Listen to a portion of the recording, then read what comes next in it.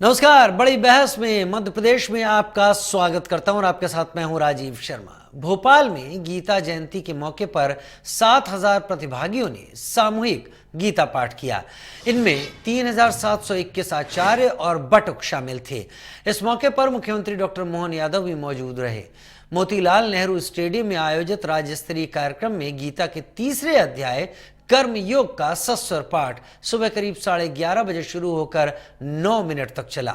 Guinness book of world record के educator Vishwanath ने विश्व रिकॉर्ड की घोषणा की, जिसके बाद सीएम डॉक्टर मोहन यादव को गिनीज वर्ल्ड रिकॉर्ड का सर्टिफिकेट सौंप दिया गया।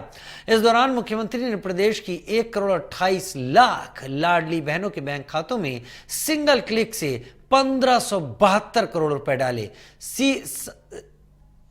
पेंशन हितग्राहियों को भी 334 करोड़ रुपए ट्रांसफर किए गए। उधर उज्जैन में भी अंतर्राष्ट्रीय गीता महोत्सव के चौथे दिन बुधवार को कॉलेज, स्कूल और संस्कृत विद्यालय के बटुक, आचार्य और विद्यार्थियों ने सामूहिक गीता पाठ किया। 5108 बच्चों ने सुबह 11 बजे गीता का पाठ शुरू किया, जो दोपहर 12 बजे तक चला। मुख्यमंत्री डॉक्टर मोहन यादव ने कहा कि किसी पूजा पद्धति से हमारा विरोध नहीं है। हमने इंद्र का दरबार नहीं देखा, लेकिन आज उसका लघु रूप यहाँ दिखाई दे रहा है। 10,000 श्लोक यहाँ पढ़े गए। 5,000 साल पहले जो रिकॉर्ड बना था उस समय गिनीज बुक नहीं थी, लेकिन उस समय भगवान के मुखारविंद से निकले एक एक शब्द लिपिबद्ध हुए थे। आज मध्य प्रदेश नहीं, दुनिया के अंदर पहली बार भगवान के मुंह से निकली गीता के पाठ का रिकॉर्ड बना है। आने वाले समय में इससे बड़ा कार्यक्रम कोई और करे तो हम आनंद में डूबेंगे। आज इसी मुद्दे पर हम भी विस्तार से बात करेंगे। चर्चा के लिए कुछ मेहमान जुड़ेंगे, लेकिन उससे पहले सुनिए आखिर सीएम डॉक्टर मोहन यादव ने क्या कहा है। मुझे इस बात की प्रसन्नता है, बहुत सरल भाषा में जिस गीता जी की हम बात करते हैं, हमारे देश के लोग तो आनंद में डूबते ही हैं। मुझे इस बात की जानकारी है, आप भी जानकारी लेना। आजकल गूगल के सर्च इंजन के माध्यम से दुनिया में सबसे ज्यादा जिस पुस्तक की चर्चा होती है, लोग जानकारी चाहते हैं, वो पवित्र गीता जी है। हमें इस बात का गर्व है, दुनिया के सबसे ज्यादा लोग गीता जी को देखना चाहते हैं, पढ़ना चाहते हैं, जानना चाहते हैं।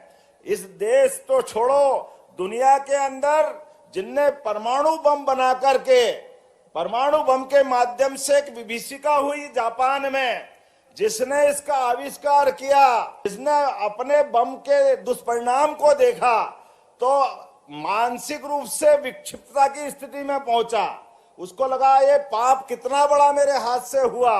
अपने जीवन पे प्रश्न खड़ा होने लगा।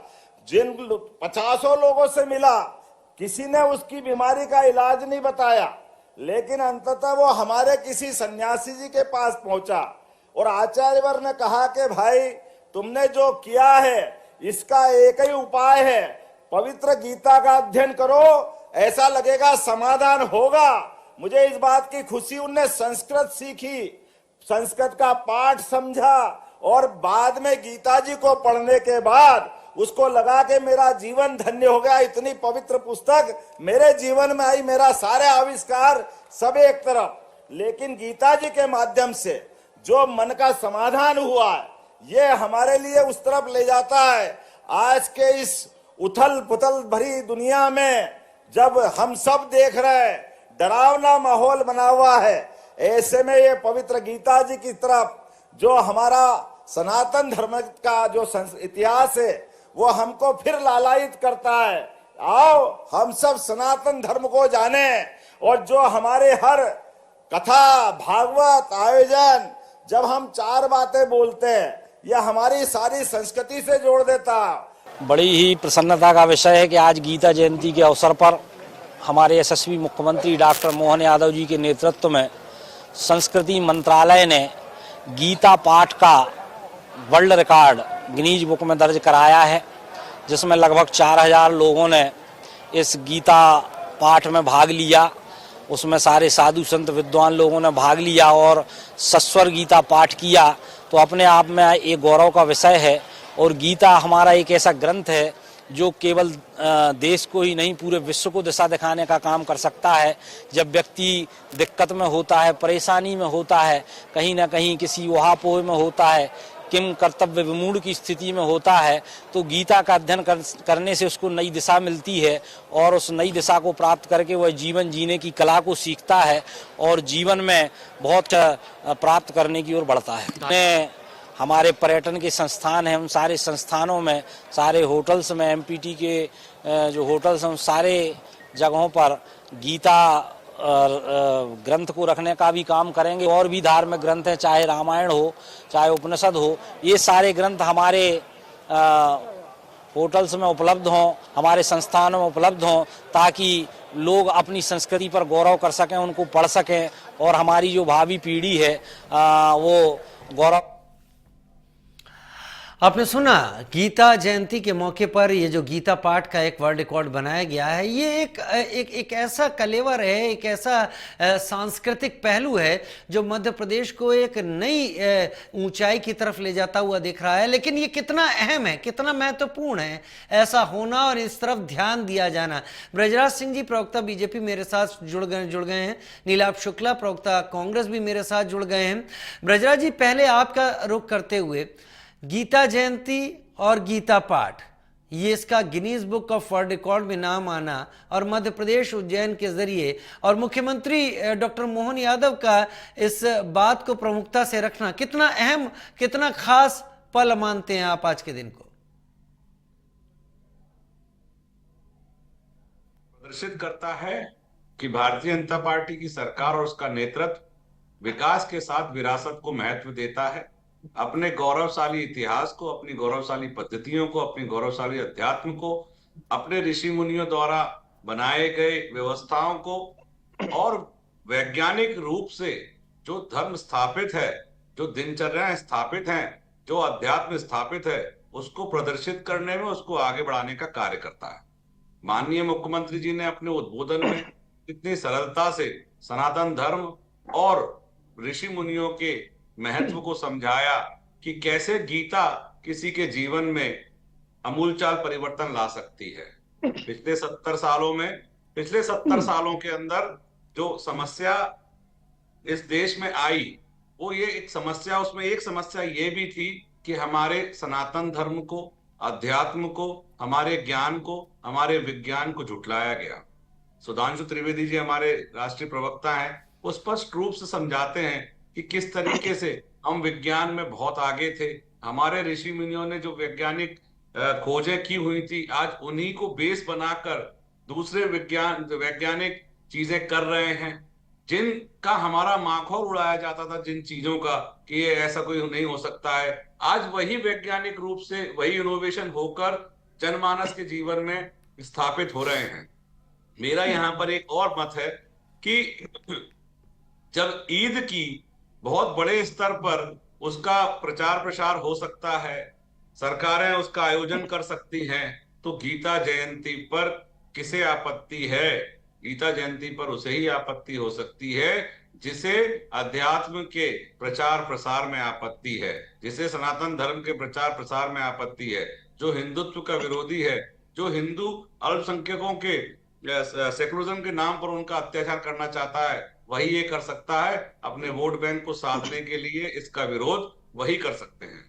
चलिए, आपने तो ये भी बता दिया कि विरोध कौन कर सकते हैं। मेरा खैर अभी शुरुआत में प्रश्न ये नहीं था, मैं तो जोड़ना चाहता था गीता जयंती और आज के पाठ से। नीलाभ शुक्ला जी भी प्रवक्ता कांग्रेस मेरे साथ जुड़े हैं।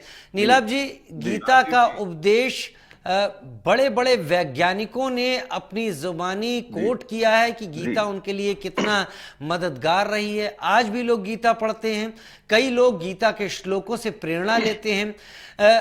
डॉक्टर मोहन यादव ने इस बात पर जोर दिया कि जब ईश्वर ने खुद साक्षात भगवान कृष्ण ने गीता का उपदेश दिया था, तब शायद Guinness book of world record जैसी आज के दौर के इन रिकॉर्ड्स की बातें होती नहीं थी। लेकिन आज जो बच्चों ने मिलकर यहाँ पर इस पाठ को किया है, ये अनूठा एक प्रयास रहा जिसने मध्य प्रदेश को आज पहचान दिलाने का काम किया। गीता पाठ धर्म से जुड़ी हुई चीजों को भी महत्व देना, विकास के साथ साथ, जैसी बात ब्रजराज सिंह जी कह रहे थे, आप कितना सहमत हैं? देखिए, बृजराज सिंह जी मेरे से बड़े वरिष्ठ हैं। वो चूंकि गीता वरिष्ठ पर ही वो हूँ नीलाभ जी। पे डिबेट आयोजित की गई, तो बृजराज सिंह जी, मैं आपसे एक प्रश्न पूछना चाहता हूँ, गीता में कितने अध्याय होते हैं बृजराज सिंह जी? 8 और 8 अध्याय होते हैं। और कितने श्लोक होते हैं? 700। बृजराज सिंह जी, माफ कीजिएगा, आपका ज्ञान बहुत अधूरा है। हम जिस विषय पे चर्चा चलिए। कर रहे हैं, पवित्र मेरी बात जी पर्याप्त समय राजीव दिया जी, गया है राजीव जी, आपको, राजीव पर्याप्त जी, समय दिया गया। जी। अरे राजीव जी, भैया, राजीव ये जी, गलत। राजीव जी, नहीं, मुझे हाँ। इनके सवालों का जवाब देना नहीं है। नहीं, आपके सवालों का मैं जवाब देखिए, देना है। पहले बात तो बड़ा विनम्र निवेदन नीलाभ जी आपसे करूंगा। आप विद्वान हैं, अच्छी बात है, लेकिन मॉडरेटर को अगर आप पूरी तरीके से रूल आउट कर देंगे तो वो भी नहीं चलेगा। आपने सवाल पूछ लिया, अब आप पहले तर्क रख लें, फिर मैं ब्रजराज जी के पास जाऊंगा जरूर, क्योंकि आपने उन्हीं को निशाने पर लिया है। आप अपना जवाब पूरा करिए। मैं ये एक चीज ऐड करना चाहता हूँ। ब्रजराज जी, नीलाभ आप शुक्ला जी, शांति बना रहे। क्या आप अरे श्री कृष्ण अरे भगवान को, ब्रजराज, क्या ये तो आप श्री बहुत कृष्ण गलत बात। भगवान को, नीलाभ जी, आपको- क्या आप श्री कृष्ण अरे भगवान को भगवान मानते हैं? नीलाभ जी, निश्चित रूप- आप भगवान श्री एक- कृष्ण को भगवान मानते हैं? आप चुप होंगे तो मैं बोलूं? नहीं, आप आप भगवान पर्याप्त समय मानते नहीं, हैं? आप भी जवाब दे अरे दीजिए। अब श्रीमान- नीलाभ जी आप भी दे दीजिए जवाब। मैं चाहता हूं आप लोग सवाल जवाब कर लें। नीलाभ जी, आप भी जवाब दे दीजिए उनके सवाल का। ब्रजराज जी, मैं हिंदू हूँ, साथ ही उच्च कुलीन ब्राह्मण हूँ, तो मुझे भगवान श्री कृष्ण में पूरी आस्था है। मुझे उस बहुत आस्था के लिए आपसे सुंदर। ये प्रमाण बात पत्र नहीं राहुल लेना गांधी को, श्रीमान। ये बात राहुल गांधी मुझे तक पहुंच गई उसके लिए ना, तो आपसे पार्टी से प्रमाण निकाल पत्र देगा लेना। आपको। मैंने तो ये आपसे बात अगर सीधा राहुल सवाल गांधी तक किया और आप पहुंच गई ना, उत्तेजित तो हो पार्टी से गए। निकाल देगा आपको। अरे मैंने तो आपसे पार्टी से निकाल देगा विनम्र आपको। मैंने आपसे कितना विनम्र देश सवाल हित की किया। बात नहीं, नीलाभ शुक्ला, आज देश बहस हित हो की ही नहीं बात। पाएगी। अरे नीलाभ मैंने शुक्ला, तो बहस कितना हो ही नहीं विनम्र पाएगी। होकर सवाल आपसे किया और आएगा आप जो विनम्र, उत्तेजित हो आएगा रहे। विनम्र। अरे कितने अध्याय होते हैं किस गीता बात में का श्रीमान? विनम्रता है? ये अरे कौन सी गीता में विनम्रता है? कितने अध्याय होते हैं और कितने श्लोक 18 होते हैं, अध्याय बताए ना? होते हैं। 18 अध्याय होते हैं। और कितने श्लोक होते हैं? 700 श्लोक के आसपास है उसमें पूरे। यही तो मैं तुझसे नाराज होने की क्या बात है श्रीमान? नहीं, नाराजगी की बात नहीं है, बताइए। मैं तो राजीव जी की बात कर रहा हूँ। कर्मण्येवाधिकारस्ते जिस तरह से वो किया, अरे आप तो नहीं अच्छा करना। नीलाभ जी बुरा तो आप नहीं कौन मानेंगे? सा सवाल करने नीलाभ वाले? जी, नीलाभ जी बुरा तो नहीं मानेंगे मेरे एक सवाल का?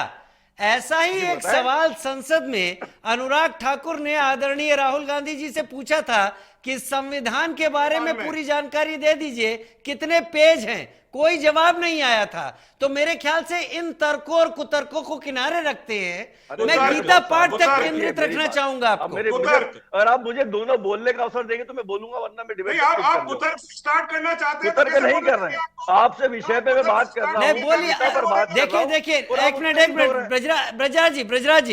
ब्रजराज जी, नीलाभ जी, देखिए आपने सवाल किया। सामान्य बात कर रहा हूँ। नहीं नीलाभ जी, आप कह रहे हैं कि मुझे बात रखने नहीं दी जा रही, लेकिन आपने सवाल क्या किया? गीता में कितने अध्याय होते हैं, कितने श्लोक होते हैं? राहुल गांधी से भरी संसद में पूछा गया था संविधान के लिए कितने पन्ने हैं, पन्ने ही पूछे गए थे, और पूरी कांग्रेस बुरा मान गई थी। तो यहाँ पर ब्रजराज जी तो कहेंगे ही आपसे ऐसा।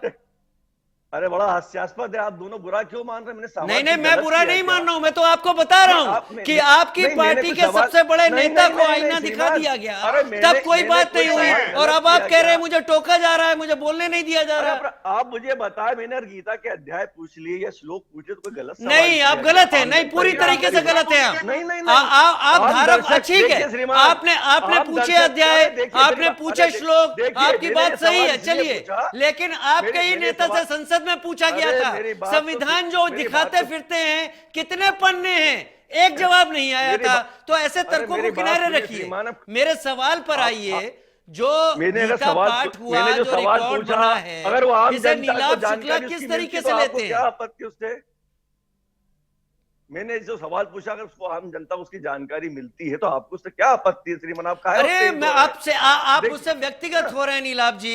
चलिए, अगर आप व्यक्तिगत हो रहे हैं तो मैं आपको बताता हूं। देखिए, आपने सवाल पूछा बीजेपी के प्रवक्ता से, कितने श्लोक होते हैं, कितने अध्याय होते हैं? मैं कहता हूं राहुल गांधी से भरी संसद में पूछा गया, संविधान लहराते फिरते हैं, कितने पन्ने?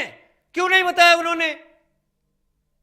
अब मेरी बात सुनिए, आपने आपका सर्वोच्च नेता अगर ऐसे करता है और आप उसी तर्क को कहते हो मुझे बोलने नहीं दिया जा रहा, तो वो तो फिर ठीक ही है।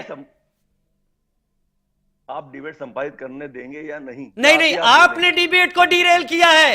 मैं स्पष्ट कहूंगा शुक्ला जी, मैं तो विषय पर बात, मैं स्पष्ट कहूंगा। अब मैं काउंटर सवाल पूछ रहा हूं, आप डर के भाग रहे हैं। मैंने सामान्य सवाल, अब मैंने काउंटर सवाल पूछा, आप डर के भागने लगे। कि अब ये क्या हो गया, मेरे ऊपर दूसरा प्रहार हो गया। अरे गीता पर गीता एकदम आदर है, आपने सही सवाल पूछा, लेकिन आपके नेता से जब संविधान पर सवाल पूछा गया तो आपके नेता को यह भी नहीं पता था कितने पन्ने हैं, हालांकि हाथ में उठाए फिरते हैं संविधान, जय संविधान। अच्छा बताएं, अरे आज ही तो गीता का पाठ हुआ, अगर तो आइए ना, आइए मेरे सवाल पे गीता पाठ पर आइए, मैं गीता पाठ पर ही ला रहा हूं आपको। ये विषय ही नहीं है जिस पर आप बात करना, वही मैं कह रहा हूं, आप ले गए विषय को किनारे, आप विषय पर होते तो मैं जाता ही नहीं। अब आप आइए कि गीता पाठ कितना बड़ा आयोजन है। एंकर महोदय, पत्रकार महोदय, एंकर महोदय, मैं आपसे निवेदन करना चाहूंगा, कृपया भाजपा प्रवक्ता को बोलने दें। संचित में अब आपको समझ में आया, आपको आपके पास आप मेरे तर्कों से भाग रहे हैं नीलाभ जी, आप तर्कों से भाग रहे हैं जब मैंने आपके सर्वोच्च नेता का उदाहरण दे दिया। अब आप बताइए गीता पाठ हुआ, आपको कैसा लगा?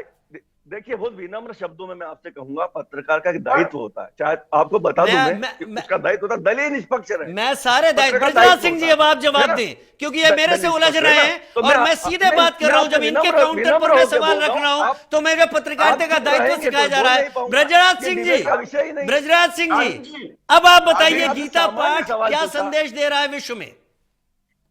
राजीव जी, मैं आपका आभारी हूं कि आपने इनके कुतर्कों को फ्रंट पे लड़ा इनके साथ। कैसा हो गया? नीलाभ शुक्ला जी और कांग्रेस के जितने भी लोग हैं, ये कुतर्की होते जा रहे हैं, कुतर्की होते जा रहे हैं, कुतर्की होते जा रहे हैं। अब मैं आपको बताता हूँ गीता का मुख्य उद्देश्य जो मुझे समझ में आया व्यक्तिगत रूप से।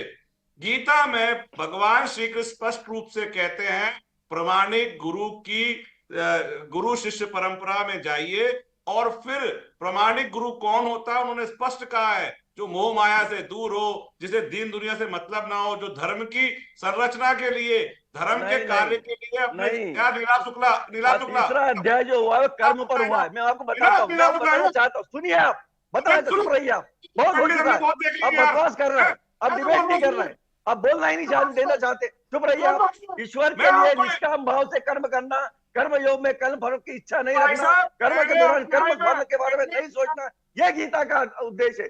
कर्मण्येवाधिकारस्ते मा फलेषु कदाचन, ये गीता का उद्देश्य है। अब कहां से कहां लेकर जा रहे हैं? कर्मयोगी ने तो घृणा करता है, कर्मयोगी ने तो घृणा करता है किसी भी धर्म से, तो कर्मयोगी किसी प्रकार की इच्छा रखता है। गीता में कर्म योग में यह स्पष्ट है कि सभी जीव अपने स्वाभाविक प्रवृत्ति की और गुणों के कार्य के लिए बाध्य होते हैं। इसे नफरत मत कीजिए श्रीमान, आगे बढ़ना, कर्मयोग अर्थात कर्म में लीन होना, विकास की ओर आगे बढ़ना, जो आपके दायित्व है उसे पूर्ण करना भगवान कृष्ण का यह उद्देश्य है।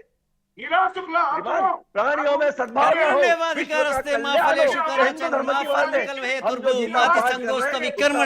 गीता का उद्देश्य बहुत कुछ सिखाता है, कम से कम लड़ना नहीं सिखाता, लेकिन युद्ध भूमि में अगर सामने वाला अपना भी हो और धर्म की बात हो रही हो तो पीछे हटना भी गीता का उपदेश नहीं सिखाता है। आप दोनों मेरे साथ जुड़े, तर्क कुतर्क वितर्क कुछ भी हुए हो, आपने अपनी बात रखी, बहुत धन्यवाद। आप लोग जुड़े मेरे साथ, बहुत धन्यवाद आप दोनों का।